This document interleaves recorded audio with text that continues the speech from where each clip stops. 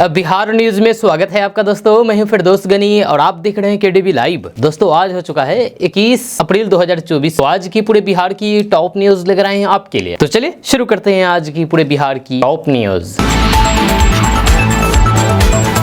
लालू प्रसाद यादव को इतना बच्चा नहीं पैदा करने चाहिए था। लालू प्रसाद यादव ने जितना बच्चा पैदा किया है, बहुत बच्चा पैदा कर लिया है। इतना बच्चा पैदा नहीं करना चाहिए था, इसको ध्यान रखना चाहिए था। ये बात मैं नहीं कह रहा हूँ, ये बातें बिहार के मुख्यमंत्री नीतीश कुमार जी कह रहे हैं। जो आपको बता दें कि कल कटिहार में मुख्यमंत्री नीतीश कुमार का सभा हुआ। जो इस सभा में नीतीश कुमार ने लालू प्रसाद यादव के बारे में ऐसी बातें कह दी है जिसको लेकर के हंगामा मचना तय माना जा रहा है। आपको बता दें कि कटिहार में मुख्यमंत्री नीतीश कुमार ने लालू प्रसाद यादव के ऊपर हमला बोलते हुए कहा कि लालू प्रसाद यादव ने बहुत बच्चे पैदा कर दिए, इतना नहीं करना चाहिए, इन सब बातों का ध्यान रखना चाहिए था उन्हें। नीतीश कुमार ने कहा कि पति पत्नी की सरकार ने 15 साल में बिहार को गर्त में ढकेल दिया है, मुसलमानों को भी कुछ नहीं दिया। भाजपा के साथ हमारा रिश्ता 1995 से ही है। 10 लाख नौकरी 2020 में शुरू 7 निश्चय 2 का हिस्सा है। तेजस्वी यादव हमारे ही काम का क्रेडिट ले रहे हैं, हर जगह झूठ फैलाने का काम कर रहे हैं। ये कहना है बिहार के मुख्यमंत्री नीतीश कुमार जी का। साथ ही मुख्यमंत्री नीतीश कुमार ने यह भी कहा कि आरजेडी ने मुसलमानों के लिए कुछ भी नहीं किया, मुसलमानों का वोट लेने के लिए ठगने का काम जरूर किया है। आपका इसके बारे में क्या कहना है? नीचे कमेंट बॉक्स में कमेंट करके जरूर बताइए कि क्या सच में लालू प्रसाद यादव या फिर आरजेडी मुसलमानों के लिए कुछ नहीं किया, या फिर मुख्यमंत्री नीतीश कुमार जो बयान दिए हैं लालू प्रसाद यादव के बच्चों के बारे में कि इनका इतना बच्चा नहीं पैदा करना चाहिए, आप इस बयान को किस नजरिए से देखते हैं वो भी आप कमेंट करके जरूर बताइए। दोस्तों बिहार के पूर्व उप मुख्यमंत्री तेजस्वी यादव कल एक बार फिर से पूर्णिया में एक जनसभा को संबोधित किया। जनसभा को संबोधित करते हुए तेजस्वी यादव ने कहा कि अगर इंडिया गठबंधन की सरकार बनी तो देश भर में 1 करोड़ रोजगार देंगे। तेजस्वी यादव ने कहा कि सोचिए, सिर्फ उप मुख्यमंत्री रहते हुए हम जब 17 महीने में एक राज्य में 5 लाख नौकरी दे सकते हैं तो देश में कितने पद खाली हैं? 1 करोड़ तो कुछ भी नहीं है। ऐसे में 15 अगस्त को बेरोजगारी से आजादी मिलेगी। उन्होंने कहा कि आने वाले रक्षाबंधन को गरीब परिवार की बहनों को साल में 1 लाख रुपए की सहायता दी जाएगी। वहीं पर भारतीय जनता पार्टी पर हमला बोलते हुए तेजस्वी यादव ने कहा कि हमें यह समझ में नहीं आ रहा है कि बीजेपी के पास इतने पैसे कहां से आ रहे हैं कि वे 30 हेलीकॉप्टर से चुनाव लड़ रहे हैं। तेजस्वी यादव ने प्रधानमंत्री नरेंद्र मोदी पर निशाना साधते हुए कहा कि प्रधानमंत्री नरेंद्र मोदी कहते हैं कि हमने गरीबों को राशन दिया। राशन तो कांग्रेस के जमाने से मिल रहा है, ये नरेंद्र मोदी ने थोड़ी ना इसको शुरुआत किया है। ये तो कांग्रेस के जमाने से ही गरीबों को राशन मिल रहा है। पहले तो चीनी और तेल भी मिलता था, जब पीएम खाली झूठ बोलते रहता है। ऐसे में हमारी सरकार आई तो फिर 10 किलो राशन के साथ साथ रोजगार भी देंगे। इसके अलावा 200 यूनिट तक फ्री में बिजली देंगे। साथ ही साथ 500 में घरेलू गैस सिलेंडर दिलाने का भी बात कही गई है। दोस्तों बिहार में भीषण गर्मी के बीच तेज हवाएं चलने से कई जगहों पर आग ने तांडव मचा दिया है। जी हां, बिहार के पश्चिमी चंपारण, जहानाबाद, बेगूसराय समेत अन्य जिलों में शनिवार को आग लगी की घटना से घर, दुकानों से लेकर के खेत खलिहान तक राख हो गए। हालांकि आग की वजह से अभी तक किसी के हताहत होने की सूचना नहीं है, मगर किसानों और फिर गरीब परिवारों को काफी ज्यादा नुकसान हुआ है। जहाँ पश्चिमी चंपारण के मधुबनी प्रखंड में तेज हवा से 40 घर जल करके राख हो गए। जहानाबाद में कई जगहों पर आग लगी ने तांडव मचाया। 3 दुकानें खाक होने से लाखों का सामान जल करके राख हो गया। इधर सुपौल में अचानक आग लगने से 3 घर जल गए। वहीं पर बेगूसराय में आग की वजह से खेतों में गेहूं की फसल जल करके राख हो गई। और भी कई सारे जगह बिहार में आग लगी घटना सामने आई है, जिससे काफी ज्यादा जान माल की क्षति हुई है। दोस्तों आज 21 अप्रैल को अमित शाह, केंद्रीय गृह मंत्री अमित शाह कटिहार आ रहे हैं। अब इसको लेकर के प्रशांत किशोर ने तंज कसा है। आपको बता दें कि जनसुराज के सूत्रधार प्रशांत किशोर ने बिहार के राजनीतिक परिदृश्य पर अपनी बात रखते हुए कहा कि जिस भाजपा को आप लोग इतना ताकतवर समझते हैं, या फिर देश आज मान रहा है कि चाहे वो मोदी जी हो या फिर अमित शाह जी हो, भाजपा को अगर आप गहराई से देखना समझना जानना चाहेंगे तो आपको पता चलेगा कि जहां पर इनके खिलाफ लोग मजबूती से चुनाव लड़े और फिर इनको हरा दिया, वहां इन पर भाजपा वालों को कभी भी हिम्मत नहीं हुई कि चुनाव लड़ने की। बिहार वह भूमि है जहां आपने देखा होगा कि 2015 में अमित शाह और मोदी जी ने पूरी ताकत लगा दी थी, इसके बावजूद भी चुनाव जीतने में उनको सफलता नहीं मिली थी। 2015 का जो डर है वो इतना बड़ा डर है कि चुनाव हारने का वो उनसे निकल नहीं पाए। राजनीतिक दलों को जब आसान जीत मिलती है और फिर कहीं पर जब आप हार जाते हैं तो फिर आप डरते बहुत ज्यादा है। भाजपा के लीडरशिप को आज भी डर है बिहार की राजनीतिक पृष्ठभूमि से, यहाँ की सामाजिक ताना बाना से। जब प्रशांत किशोर ने कहा कि बिहार में समाजवाद की जड़ें इतनी मजबूत और गहरी है कि भाजपा के लिए आसान नहीं है कि मोदी के एक स्लोगन पर पूरे बिहार को जीत दिलाया जाए। ऐसा भाजपा वालों को लगता है। 400 सीट जीतने का दावा करने वाले अमित शाह, नीतीश कुमार जैसे आदमी को इतना असाधारण है, और फिर जहां सबको पता है कि उनको बिहार में कोई राजनीतिक वजूद नहीं है, इसके बावजूद भी वो एनडीए में आ रहे हैं, तो फिर उनको स्वीकार करने में उनको कोई दिक्कत नहीं है। बिहार की राजनीतिक भूमि को भाजपा इतना आसान मानती नहीं है। बिहार में चिराग पासवान हो, उपेंद्र कुशवाहा हो, मांझी हो, उन्हें साथ इसलिए रखना चाहते हैं ताकि उनको 40 सीट में कोई खतरा ना पैदा हो। अब पाकिस्तान में एक महिला ने 1, 2, 3 नहीं बल्कि 6 बच्चे को जन्म दिया है। ये देख करके डॉक्टर भी हैरान रह गए। मिल रही जानकारी के अनुसार 27 साल की इस महिला ने शुक्रवार को 6 बच्चों को जन्म दिया। यह डॉक्टर्स ने बताया है कि 6 बच्चों को जन्म देने के बाद मां की हालात खराब हो गई थी। मामला पाकिस्तान के रावलपिंडी का है, जब मोहम्मद वहीद की पत्नी जीनत वहीद को प्रसव पीड़ा के बाद अस्पताल लाया जाया गया था। जीनत ने 1 घंटे के अंदर एक के बाद एक 6 बच्चों को जन्म दिया। जब पैदा हुए बच्चों में से 4 लड़के और 2 लड़कियां हैं। जहाँ डॉक्टर ने बताया है कि सभी बच्चों का वजन 900 ग्राम से कम था। यह महिला का पहला प्रसव था। जहाँ सरकारी अस्पताल के डॉक्टर्स का कहना है कि बच्चों और फिर उनकी मां की हालात फिलहाल ठीक है और सभी को डॉक्टर्स की निगरानी में रखा गया है। जब बच्चों को जन्म देने के बाद जीनत को कई तरह की दिक्कतें हो गई, जो जल्द ही ठीक हो जाएगी। वहीं 6 बच्चों को जन्म देना एक अनोखी घटना होती है। जहाँ अस्पताल के लोग बेहद खुश हैं, क्योंकि सभी बच्चों और फिर माँ को बचा लिया गया है। जहाँ अमूमन इस तरह की घटना में बच्चों की जान पर खतरा रहता है। जब परिवार के लोगों का कहना है कि वे इस बात से खुश हैं कि उनके घर एक के साथ 6 बेटे और बेटियां पहुंच गए हैं। दोस्तों, पाकिस्तान के कराची से एक मदरसे से फतवा जारी हुआ है और बताया गया है कि फेसबुक पर फोटो डालना और उस पर माशाअल्लाह लिखना, ये सब इस्लाम धर्म में गुनाह है। जहाँ कराची के मदरसे के फतवा का देवबंद मदरसे के मुफ्ती असद कासमी ने समर्थन किया है। हिंदुस्तान के देवबंद से मुफ्ती असद कासमी ने बताया है कि अगर कोई शख्स किसी मौलाना या फिर मुफ्ती से पूछता है तो फिर उसके जवाब में ये फतवा जारी होता है। जब कभी भी कोई भी संस्थान अपनी तरफ से फतवा जारी नहीं करता है। किसी ने उनसे पूछा होगा कि इस्लाम धर्म में फोटो खींच करके फेसबुक या फिर सोशल साइट पर डालना सही है या गलत, तो उन्होंने इसका जवाब दिया है कि फेसबुक और सोशल साइट पर फोटो डालना और उस पर माशाअल्लाह लिखना, कमेंट में माशाअल्लाह लिखना, लाइक करना, यह मुस्लिम धर्म में हदीस के खिलाफ है। हमारी भी राय यही है कि मुस्लिम धर्म में किसी भी को फेसबुक पर फोटो डालना, माशाअल्लाह लिखना शरीयत के खिलाफ है और गुनाह है। आपको बता दें कि इससे पहले साल 2012 में बरेली जिले में दरगाह आला हजरत के एक मदरसे की ओर से भी इसी तरह का फतवा जारी किया गया था। इस फतवे में फेसबुक, ट्विटर जैसे सोशल नेटवर्किंग साइट पर फोटो अपलोड को इस्लाम धर्म के खिलाफ करार दिया था। आपका इसके बारे में क्या कहना है? नीचे कमेंट बॉक्स में कमेंट करके जरूर बताइए।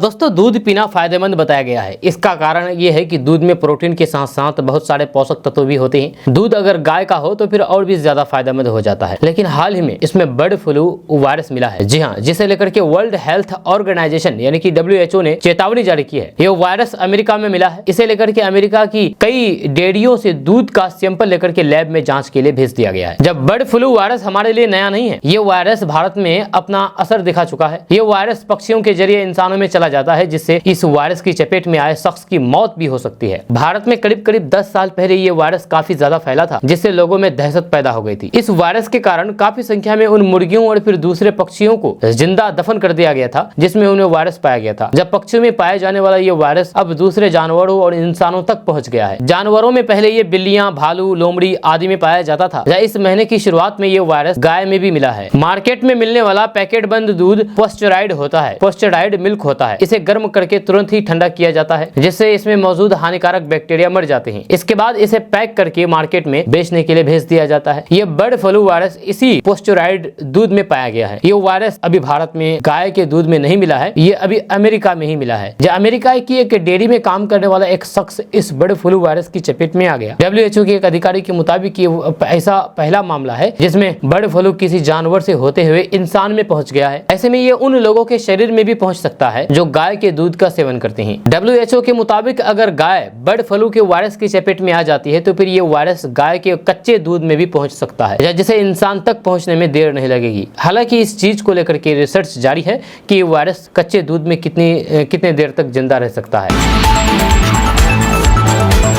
दूसरे चरण के लोकसभा चुनाव में प्रचार अभियान में नीतीश कुमार जमकर के पसीना बहा रहे हैं और अपने विरोधियों पर ताबड़तोड़ हमला बोल रहे हैं। जब पूर्णिया की चुनावी रैली में बिहार के मुख्यमंत्री नीतीश कुमार ने लालू राबड़ी और तेजस्वी के साथ राजद के कैंडिडेट बीमा भारती की भी क्लास लगाई। मुख्यमंत्री नीतीश कुमार ने कहा कि हम उनको विधायक और मंत्री बनाए, लेकिन सब भूल करके उधर आरजेडी में चले गए। नीतीश कुमार ने बीमा भारती पर कई गंभीर आरोप लगाए हैं। जी हाँ, आपको बता दूं कि लोकसभा चुनाव 2024 में बिहार का पूर्णिया हॉट सीट बन गया है। यहाँ मुकाबला त्रिकोणीय है, क्योंकि इंडिया ने से आरजेडी की बीमा भारती की मैदान में है, तो पर एनडीए की ओर से जदयू के संतोष कुशवाहा अखाड़े में उतर पड़े हैं। उधर पूर्व सांसद पप्पू यादव ने निर्दलीय उम्मीदवार के तौर पर ताल ठोक दिया है। इस वजह से अपने अपने उम्मीदवारों को जीत दिलाने के लिए हर पार्टी के शीर्ष लीडरशिप पूर्णिया में समय दे रहे हैं। कल शनिवार को मुख्यमंत्री नीतीश कुमार पूर्णिया के धरती पर अपने उम्मीदवार संतोष कुशवाहा के पक्ष में वोट करने की अपील की। अपने भाषण में उन्होंने जेडीयू छोड़कर के आरजेडी में शामिल हुई बीमा भारती पर जमकर के निशाना साधा। नीतीश कुमार ने कहा कि हम उसको विधायक बनाए और महिला होने पर सम्मान दिया और कैबिनेट में भी ले गए, लेकिन अभी भी वो मंत्री बनने की जिद पर अड़ी रही। इस बार हमने मना कर दिया तो फिर सब पुराने किए गए काम को भुला गई और आरजेडी में चली गई। इतना उसके लिए क्यों किया? नीतीश कुमार ने लालू प्रसाद यादव और राबड़ी देवी के मुख्यमंत्री रहते बिहार में जंगल राज की याद दिलाई और कहा कि जब 2005 में मुख्यमंत्री बने तो हालात कैसे थे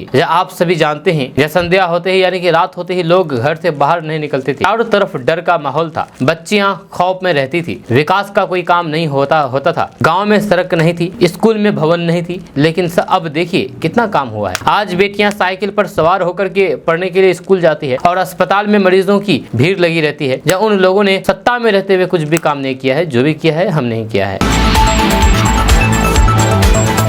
दोस्तों, राहुल गांधी कल बिहार के भागलपुर आए हुए थे। इस भागलपुर में राहुल गांधी ने सभा को संबोधित करते हुए कहा कि आज हिंदुस्तान में 22 ऐसे लोग हैं जिनके पास 70 करोड़ हिंदुस्तानियों के बराबर संपत्ति है। जब नरेंद्र मोदी ने 10 सालों में ऐसा हाल बना दिया है कि हिंदुस्तान में 70 करोड़ लोग ऐसे हैं जिनकी दैनिक आमदनी 100 रुपए से भी कम है। एक तरफ अंबानी अडानी है जिन्हें देश की संपत्ति का बड़ा हिस्सा दिया गया है, तो फिर वही दूसरी ओर गरीब किसान मजदूर हैं और छोटे व्यापारी हैं जो कि 10 सालों से नरेंद्र मोदी की सरकार में पीस रहे हैं। सरकार की जीएसटी, नोटबंदी जैसी गलत नीतियों के कारण छोटे व्यापारी और फिर कारोबारी समाप्त हो रहे हैं और बेरोजगारी बढ़ रही है। राहुल गांधी ने प्रधानमंत्री नरेंद्र मोदी पर विकास कार्यों में विफल रहने के कारण देश की जनता का ध्यान भटकाने का भी आरोप लगाया। जब उन्होंने कहा कि वे कभी भी आपका ध्यान इधर ले जाएंगे तो कभी उधर ले जाएंगे और भटका देंगे, और जब आप इधर उधर देखने में व्यस्त हो जाएंगे तो फिर प्रधानमंत्री आपका हिस्सा 10 से 15 गिने चुने लोगों को में बांट देंगे। राहुल गांधी ने प्रधानमंत्री नरेंद्र मोदी पर देश की संपत्तियां निजी हाथों में थमाने का भी आरोप लगाते हुए कहा कि भारत के हवाई अड्डे, बिजली घर, खान, सोलर पावर और विंड पावर की यूनिट, डिफेंस सेक्टर जैसे महत्वपूर्ण चीजें अडानी के हाथों में पकड़ा दिया गया है। राहुल गांधी ने कहा कि इस बार का चुनाव बहुत महत्वपूर्ण है। एक ओर जहां राजद, कांग्रेस, लेफ्ट पार्टी और फिर उनके सहयोगी हैं, तो दूसरी ओर बीजेपी और आरएसएस जैसे ताकतें हैं। ये चुनाव संविधान को बचाने का चुनाव है, क्योंकि आरएसएस के लोग संविधान को खत्म करने की कोशिश कर रहे हैं, वे लोकतंत्र पर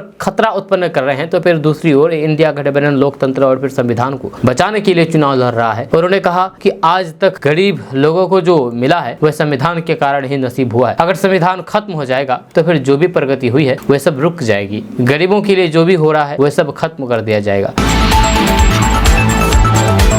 दोस्तों, बिहार में मौसम की बेरुखी के चलते आम जनजीवन अस्त व्यस्त है। जहां पश्चिमी चंपारण समेत कई जिले हीटवेव की चपेट में हैं। बगहा शहर में शनिवार को लू के साथ, सीमांचल मिथिलांचल में कल लू के साथ धूल भरी हवाएं चली, जिससे लोगों का जीना बेहाल हो गया। जहां कल पारा 40 डिग्री सेल्सियस के पार चला गया। धूल भरी हवा के कारण आम लोगों को काफी ज्यादा परेशानियों का सामना करना पड़ा। जहां मौसम विभाग ने बिहार के विभिन्न इलाकों में आज 21 अप्रैल को गर्म हवाएं चलने की चेतावनी भी जारी की है। जहां इस दौरान नदी में नाविकों और फिर नाव में यात्रा करने वाले लोगों को सावधानी बरतने की सलाह दी है।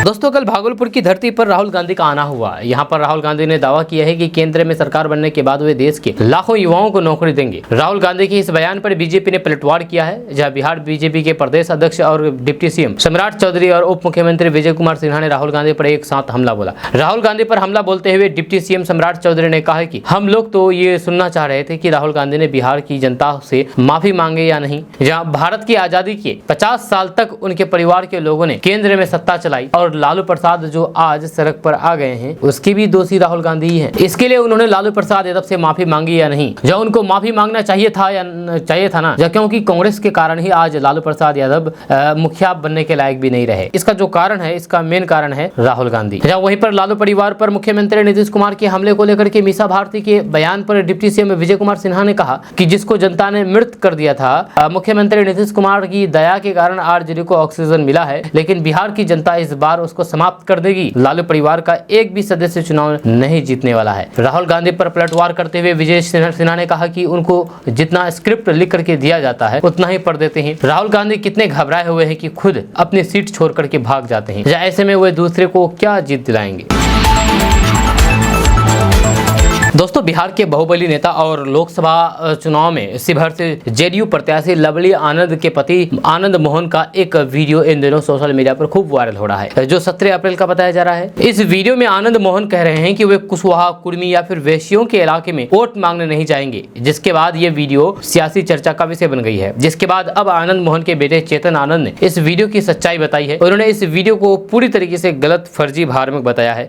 चेतन आनंद ने एक निजी न्यूज चैनल को बताया है कि पापा आनंद मोहन का ये वीडियो, पूरा वीडियो करीब 20 मिनट का है, लेकिन इसे एडिट करके कुछ मिनटों का बनाया गया है और गलत तरीके से पेश किया गया है। चेतन आनंद ने कहा है कि ये वीडियो एनडीए की एक सीक्रेट मीटिंग की है, जिसमें भाजपा और जदयू समेत एनडीए के अन्य नेता शामिल थे। जब मीडिया को नहीं बुलाया गया था, लेकिन वहां मौजूद किसी व्यक्ति ने वीडियो बना लिया और फिर एडिट करके उसे अपलोड कर दिया गया। ये बदनाम करने की साजिश है। यह चेतन आनंद ने बताया है कि इस वीडियो में आनंद मोहन कह रहे थे कि हम कुशवाहा, कोयरी और फिर पटेल समुदाय के पास वोट मांगने नहीं जाएंगे, हम राजपूत समाज के पास वोट मांगने नहीं जाएंगे, ये सब हमारे अपने हैं। जहां हम उन जगहों पर जाएंगे जहां पर उन जगहों पर ज्यादा मेहनत करेंगे, जहां पर लोग हमें अपना नहीं मानते हैं। वायरल वीडियो में आनंद मोहन कहते हैं कि मैं वेश्यों के घर वोट मांगने नहीं जाऊंगा, जब कुर्मी, पटेल, कुशवाहा और फिर राजपूतों के घर वोट मांगने नहीं जाऊंगा। वैश्य जानते हैं कि हमें मोदी जी और फिर अमित शाह ने भेजा है। पटेल, कुर्मी, कुशवाहा और फिर लवकुश जानते हैं कि नीतीश कुमार ने हमें टिकट दे करके यहाँ भेजा है। आनंद मोहन ने कहा कि वे राजपूतों के घर वोट मांगने भी नहीं जाएंगे। हम राजपूतों के घर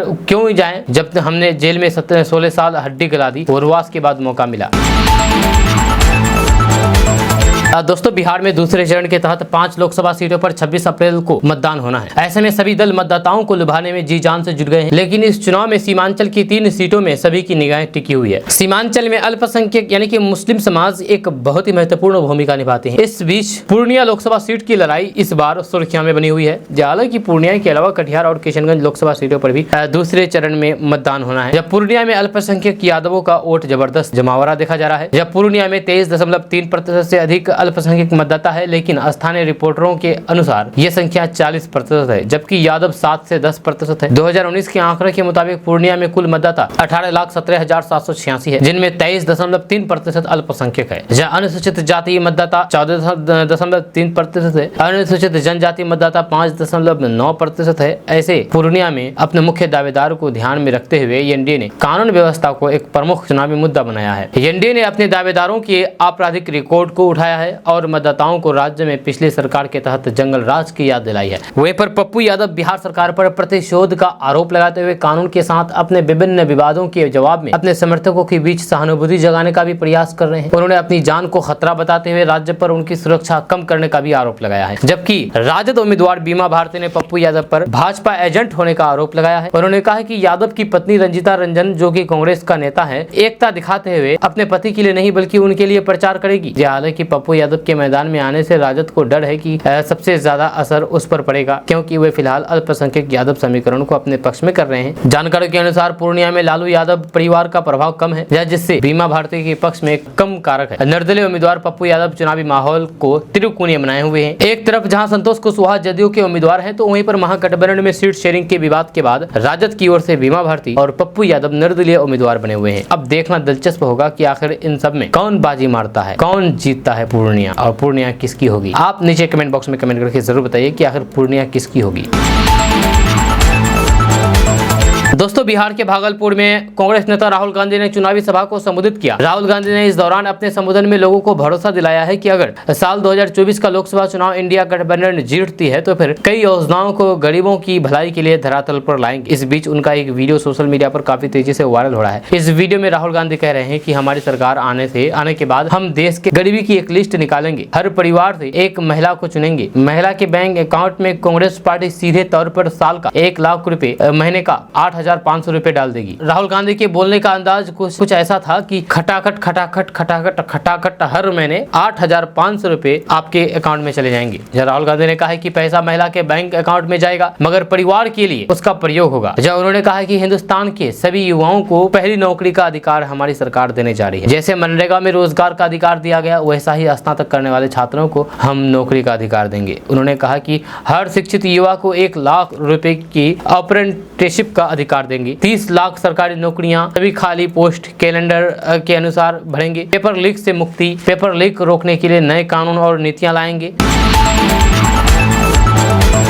दोस्तों, अगर आप बिहार के रहने वाले हैं और सरकारी नौकरी की तलाश कर रहे हैं तो आपके लिए बड़ी खबर है। जहां आपको बता दें कि बिहार ग्राम राजस्व योजना सोसाइटी द्वारा भर्ती जारी की गई है। जहां ये पंचायती राज विभाग के अधीन है। इनके तहत IIT असिस्टेंट के पदों पर योग्य उम्मीदवारों की नियुक्ति की जाएगी। जो उम्मीदवार इन पदों के लिए आवेदन करने के लिए पात्र और इच्छुक है वे आवेदन लिंक सक्रिय होने पर फॉर्म भर सकते हैं। सिर्फ नोटिस जारी किया गया है अभी तक। ये पद अकाउंटेंट कम IIT असिस्टेंट के लिए है। जहाँ इसके तहत कुल 6,570 पदों पर भर्ती की जाएगी। जहाँ इसके लिए आवेदन लिंक 30 अप्रैल को खुलेगा और फॉर्म भरने की आखिरी तारीख 29 मई 2024 है। तो दोस्तों, जूट नगरी के नाम से विख्यात कटिहार जिला हमेशा से सीमांचल और बिहार की राजनीति का चर्चित केंद्र रहा है। जब पश्चिम बंगाल की सीमा से सटे इस क्षेत्र में कोसी, गंगा और महानंदा की धारा बहती है। जब उपजाऊ जमीन वाले इस क्षेत्र में हर बड़े दल को यहाँ की जनता ने सींचा है। 2024 का चुनाव सीमांचल में दिलचस्प है। लोकसभा चुनाव 2024 के रण में एक तरफ पिछले चुनाव में 57,000 से अधिक वोट से जीते जदयू के दुलाल गोस्वामी दोबारा मैदान में है, तो वहीं पर महागठबंधन की ओर से 5 बार सांसद रहे कांग्रेस प्रत्याशी तारिक अनवर मैदान में है। एनडीए के तहत जदयू प्रत्याशी को पीएम के चेहरे के साथ मुख्यमंत्री नीतीश कुमार के नाम पर अत्यंत पिछड़ी और फिर मुस्लिम समुदाय के वोटों का भी आसरा है। इस बार के चुनावी समीकरण के बारे में अगर बात की जाए तो इस बार ये सीट कांग्रेस के खाते में जाती दिख रही है। जी आपको बता दें कि 2019 की मोदी लहर में ये सीट कांग्रेस से खिसक करके दुलाल गोस्वामी के पास चले गए थे। 2019 में दुलाल गोस्वामी को 5,59,423 वोट मिले थे, यानी कि 50.05% वोट मिले थे। वहीं पर तारिक अनवर को 5,02,220 वोट मिले थे, यानी कि 44.93% वोट मिले थे। यानी कि मिला जुला करके 45% वोट तारिक अनवर को मिले थे और दुलाल चंद गोस्वामी को 50% वोट मिले थे। यानी कि मुश्किल से 5% वोटों का यहाँ पर फर्क है। और कहा जाता है कि 2019 में उस वक्त मोदी लहर चल रही थी और इस बार मोदी लहर नहीं है, तो ऐसे में काफी ज्यादा लोग मोदी से खफा हैं, जिसको लेकर के लोग एनडीए को छोड़ करके इंडिया गठबंधन से तारिक अनवर को वोट करेंगे। ऐसा कहा जाता है वहाँ के लोगों की, वहाँ के जनताओं का ये कहना है। दोस्तों, लोकसभा चुनाव के पहले चरण का मतदान पूरा हो गया है। इसके बाद अब आरजेडी नेता तेजस्वी यादव ने शनिवार को भारतीय जनता पार्टी पर कटाक्ष किया और कहा कि बीजेपी की 400 पार फिल्म पहले ही दिन सुपर फ्लॉप हो गई। इसके बाद अब इसको लेकर के बिहार के उप मुख्यमंत्री विजय कुमार सिन्हा और सम्राट चौधरी ने पलटवार किया है। विजय सिन्हा ने कहा है कि इस बार पारिवारिक जमींदारी खत्म हो जाएगी। विजय सिन्हा ने कहा कि तेजस्वी यादव क्या कहेंगे, क्या वे कभी अपने बारे में लिखेंगे कि वे फ्लॉप हो गए, जब मैं साफ तौर पर कहता हूँ कि उनकी पारिवारिक जमींदारी समाप्त हो जाएगी। इस बार के चुनाव में जब उनके परिवार का एक भी सदस्य चुनाव नहीं जीतेगा और उन लोगों का खाता भी नहीं खुलेगा, जब बिहार के लूटने वाले, बिहार को बर्बाद करने वाले अब दिल्ली में जाकर के देश को लूटने का काम करेंगे। जहां आखिर इनके पास कौन सा विजन है, तब बिहार की जनता इन्हें ये अवसर नहीं देने जा रही है और ये गलती कभी भी नहीं करेगी। दोस्तों, बिहार में लोकसभा चुनाव के पहले चरण की 4 सीटों पर अपेक्षा से, यानी कि जो उम्मीद है वो उम्मीद से बहुत कम मतदान हुए। चुनाव आयोग ने मतदान का औसत बढ़ाने के प्रयास में कोई भी कसर नहीं छोड़ी। तमाम दलों के नेताओं ने हर मंच से बढ़ चढ़ कर वोट करने का आह्वान किया। अखबारों ने भी मतदाताओं को अपने मताधिकार और फिर कर्तव्य के प्रति सजग रहने के प्रयासों में योगदान किया। जहाँ इसके बावजूद भी प्रयासों के नतीजे सिफर रहा। जहाँ नई सदी के पिछले 3 चुनाव के औसत से हम आगे नहीं बढ़ पाए। चुनाव आयोग के सर्वे में ज्ञान ज्ञान, दृष्टिकोण और व्यवहार 2023 की रिपोर्ट में ये तथ्य सामने आया है कि राजनीतिक दलों के प्रति महज 27% मतदाताओं ने ही निष्ठा व्यक्त की है। जाहिर है निष्ठा में कमी का जिम्मेदार और फिर कोई नहीं बल्कि राजनीतिक दल है। यह सबसे बड़ी चिंता चुनाव के प्रति मतदाताओं का बढ़ता मौन और फिर मायूसी है। इसका असर मतदान में हिस्सेदारी में भी साफ नजर आ रहा है। साक्षरता बढ़ने से मतदान में बढ़ोतरी की जो परिकल्पना थी वो धराशायी हो गई। साक्षरता में 2 गुनी तक वृद्धि हो चुकी है लेकिन मतदान का औसत नहीं बढ़ा है।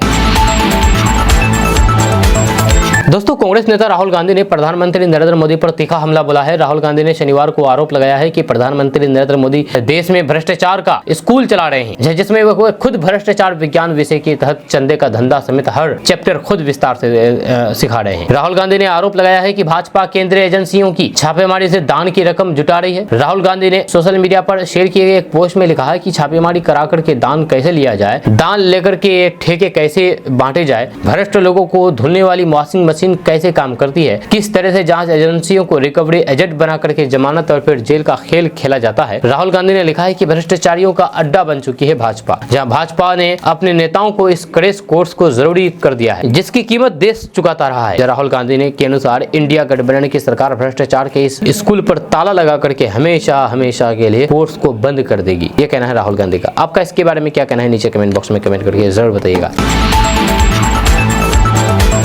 दोस्तों, आखिर कांग्रेस की नैया कैसे पार हो, क्योंकि बिहार में कांग्रेस को कैंडिडेट ही नहीं मिल रहे हैं। अभी तक कई ऐसे सीट है जहां पर कांग्रेस ने अपना कैंडिडेट नहीं उतारा है, फिर भी राहुल गांधी चुनाव रैली को सभाएं कर रहे हैं। आपको बता दें कि लोकसभा चुनाव को लेकर के जहां एनडीए ने काफी पहले अपने सभी 40 उम्मीदवारों के नाम का ऐलान कर दिया है, तो वहीं पर महागठबंधन में अभी भी तस्वीर साफ नहीं हो पाई है। इसमें सबसे बुरा हाल कांग्रेस का है। जब कांग्रेस पार्टी को यह समझ में नहीं आ रहा है कि आखिर उसकी डूबती हुई नैया का पतवार कौन होगा। जब पतवार की तलाश में बिहार कांग्रेस अध्यक्ष लगातार दिल्ली का दौरा कर रहे हैं, इसके बावजूद भी उनको कोई भी पतवार यानी कि कैंडिडेट नहीं मिल रहा है। आलम यह है कि बिना कैंडिडेट तय किए हुए राहुल गांधी की सभाएं भी करवाई जा रही है और यहाँ भी कांग्रेस का झंडा ना के बराबर नजर आता है। यहाँ भी राजद के समर्थकों की ही भीड़ नजर आती है। ऐसे में अब ये तो तय माना जा रहा है कि बिना कैंडिडेट तय किए राहुल गांधी कितनी भी सभाएं कर ले उन्हें फायदा नहीं मिलने वाला है। दरअसल बिहार में कुल 9 सीटों पर लड़ने वाली कांग्रेस पहले चरण का मतदान और फिर दूसरे और तीसरे चरण के लिए नामांकन दाखिल करने का समय खत्म होने के बाद भी 6 सीटों पर कैंडिडेट नहीं मिल रहा है। आलम यह है कि इन सीटों पर चुनाव लड़ने के लिए कोई भी नेता कांग्रेस पार्टी में अपनी दिलचस्पी नहीं दिखा रहे हैं, लिहाजा नामों की लिस्ट फाइनल हो नहीं पा रही है। जहां इसके बाद जब कांग्रेस के बिहार अध्यक्ष को दिल्ली तलब किया जाता है तो फिर उनके पास भी जवाब नहीं होता है। इसके बाद जब बैठक होती है तो भी वहां इस मामले में काफी चर्चा होने के बाद भी निदान नजर आता है।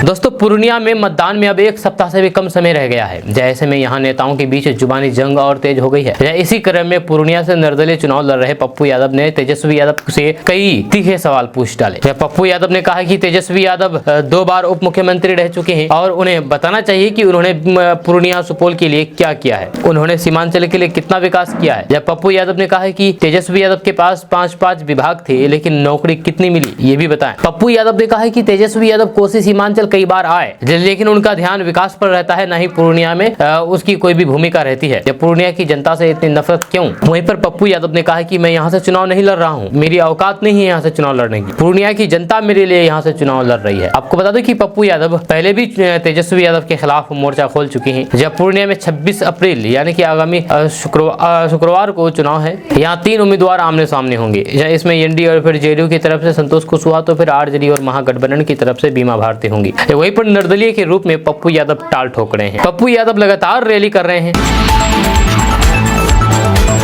दोस्तों, कांग्रेस नेता राहुल गांधी आज भागलपुर में एक जनसभा को संबोधित किया। राहुल गांधी ने इस दौरान अग्निवीर योजना, मनरेगा, मजदूरी से लेकर के सरकारी नौकरी को लेकर भी संदेश दिया है। राहुल गांधी ने इस दौरान केंद्र सरकार पर जम करके हमला बोला। राहुल गांधी ने प्रधानमंत्री नरेंद्र मोदी को भी घेरा। यहाँ सबसे हैरानी वाली बात यह रही कि राहुल गांधी ने इस दौरान पप्पू यादव को भी आईना दिखाया। जी हाँ, राहुल गांधी ने पप्पू यादव को झटका देते हुए इंडिया गठबंधन के 5 उम्मीदवारों के नाम लिए लेकिन पप्पू यादव का एक भी बार नाम नहीं लिया। हालांकि पप्पू यादव कांग्रेस में होने का दावा करते हैं लेकिन राहुल गांधी के इस ऐलान से साफ लग रहा है कि पप्पू यादव को अब कांग्रेस कोई भी भाव नहीं देना चाह रही है। राहुल गांधी ने कहा है कि हिंदुस्तान को दो तरीके से शहीद नहीं चाहिए बल्कि एक तरीके का शहीद चाहिए। भागलपुर में जनसभा के दौरान राहुल गांधी ने अग्निवीर योजना को लड़ रहे बुखार फेंकने की बात कही है। राहुल गांधी ने इस दौरान सरकारी नौकरी पर भी बात की। राहुल गांधी ने कहा है कि बीजेपी भले ही 400 सीटों का दावा कर रही हो लेकिन उसे 150 सीटें भी नहीं मिलने जा रही है। उन्होंने कहा है कि बीजेपी लोगों को भ्रम में डालने का काम कर रही है। बिहार के बच्चों का एक ग्रुप को अलग अलग राज्यों के मदरसों में भेजा जा रहा था ताकि उनकी संख्या दिखा करके मदरसे लोगों से दान हासिल कर सके। बच्चों को राष्ट्रीय बाल अधिकार संरक्षण आयोग के आदेश पर राज्य बाल पैनल द्वारा गोरखपुर से मुक्त करा दिया गया। राष्ट्रीय बाल अधिकार संरक्षण आयोग के अध्यक्ष प्रियांक कानूनगो ने एक्स पर एक पोस्ट में बच्चों के बचाव की बात शेयर की। कानूनगो ने अपने एक्स हैंडल से पोस्ट किया और लिखा है कि बिहार से दूसरे राज्यों के मदरसे में भेजे जा रहे मासूम बच्चों को एनपीसीआर के निर्देश पर उत्तर प्रदेश राज्य बाल आयोग की मदद से गोरखपुर में बचाया गया है। पूर्णिया में चुनावी तपिश चरम पर है। जी हां, आरजेडी नेता तेजस्वी यादव द्वारा भाजपा की बी टीम बताए जाने पर पप्पू यादव ने लगातार लालू प्रसाद यादव के खिलाफ तीखी प्रतिक्रिया दी है। जहां ममता बनर्जी, अरविंद केजरीवाल, सीपीआई नेता डी राजा और फिर कांग्रेस के टॉप लीडर राहुल गांधी का नाम लेकर के पप्पू यादव ने तेजस्वी यादव पर गलत बयानबाजी का आरोप लगाया। जब पूर्व सांसद पप्पू यादव पूर्णिया लोकसभा सीट से निर्दलीय मैदान में है, उनके खिलाफ राजद ने बीमा भारती को उतार दिया है। पूर्णिया से चुनाव लड़ने की तैयारी करके पप्पू यादव कांग्रेस में शामिल हुए थे लेकिन सीट बंटवारे में पूर्णिया राजद के खाते में दे दी गई। लेकिन कांग्रेस के मना करने पर भी पप्पू यादव यहां तो चुनाव लड़ रहे हैं। जब पत्रकारों से बात करते हुए पप्पू यादव ने कहा है कि हम उनसे पूछना चाहते हैं कि बंगाल में कांग्रेस और फिर ममता दीदी आमने सामने चुनाव लड़ रहे हैं और दोनों गठबंधन में भी है, तो फिर किसकी बी टीम कहेंगे। इसी प्रकार से सीपीआई नेता डी राजा की पत्नी वायनाड में राहुल गांधी के खिलाफ चुनाव लड़ रही है लेकिन राहुल गांधी जी ने सीपीआई को बीजेपी की बी टीम कहा। क्या पप्पू यादव ने कहा है कि पंजाब में भी यही सीन है। अरविंद केजरीवाल कांग्रेस के खिलाफ चुनाव लड़ रही है, जहां वहां भी राहुल गांधी ने कोई भी आपत्तिजनक बात कही। क्या पप्पू यादव ने फिर से दोहराया है कि पूर्णिया के बेटा और फिर हमेशा बेटा बनकर के रहेंगे। पूर्णिया के बेटे को मिट्टी में मिलना संभव नहीं है। पूर्णिया के बेटे को मिट्टी में मिलाना संभव नहीं है। उन्होंने दावा किया है कि उनके विरोधियों को सीमांचल, कोसी और फिर पूर्णिया की मिट्टी जवाब देगी। पत्रकारों ने उनसे पूछा है कि कांग्रेस के नेता राजद के चुनाव प्रचार में नजर नहीं आ रहे हैं। जवाब में पप्पू यादव ने कहा है कि ये सवाल हम भी उनसे पूछना चाहते हैं। दोस्तों, प्रधानमंत्री नरेंद्र मोदी अप्रैल महीने में चौथी बार बिहार के दौरे पर आ सकते हैं। बताया जाता है कि प्रधानमंत्री नरेंद्र मोदी 26 अप्रैल को मुंगेर और अररिया में चुनावी रैली को संबोधित कर सकते हैं। वहीं गृह मंत्री अमित शाह भी 21 अप्रैल को कटिहार में चुनावी रैली को संबोधित करेंगे। जहां बिहार में वोटर्स को साधने और फिर एनडीए के प्रत्याशियों के समर्थन में प्रधानमंत्री नरेंद्र मोदी समेत बीजेपी के दिग्गज नेता जी जान से जुट गए हैं। दोस्तों, महागठबंधन में शामिल मुकेश सहनी की विकासशील इंसान पार्टी यानी कि वीआईपी ने पूर्वी चंपारण मोतिहारी लोकसभा सीट से डॉक्टर राजेश कुशवाहा को प्रत्याशी बनाया है। यह पार्टी के राष्ट्रीय प्रवक्ता देव ज्योति ने शुक्रवार को यह जानकारी दी है। आपको बता दूं कि एनडीए से बीजेपी ने राधा मोहन सिंह को वहां पर चुनावी मैदान में उतारा है, जहां उनका मुकाबला राजेश कुशवाहा से होगा। छठे चरण के तहत पूर्वी चंपारण में 25 मई को मतदान होगा।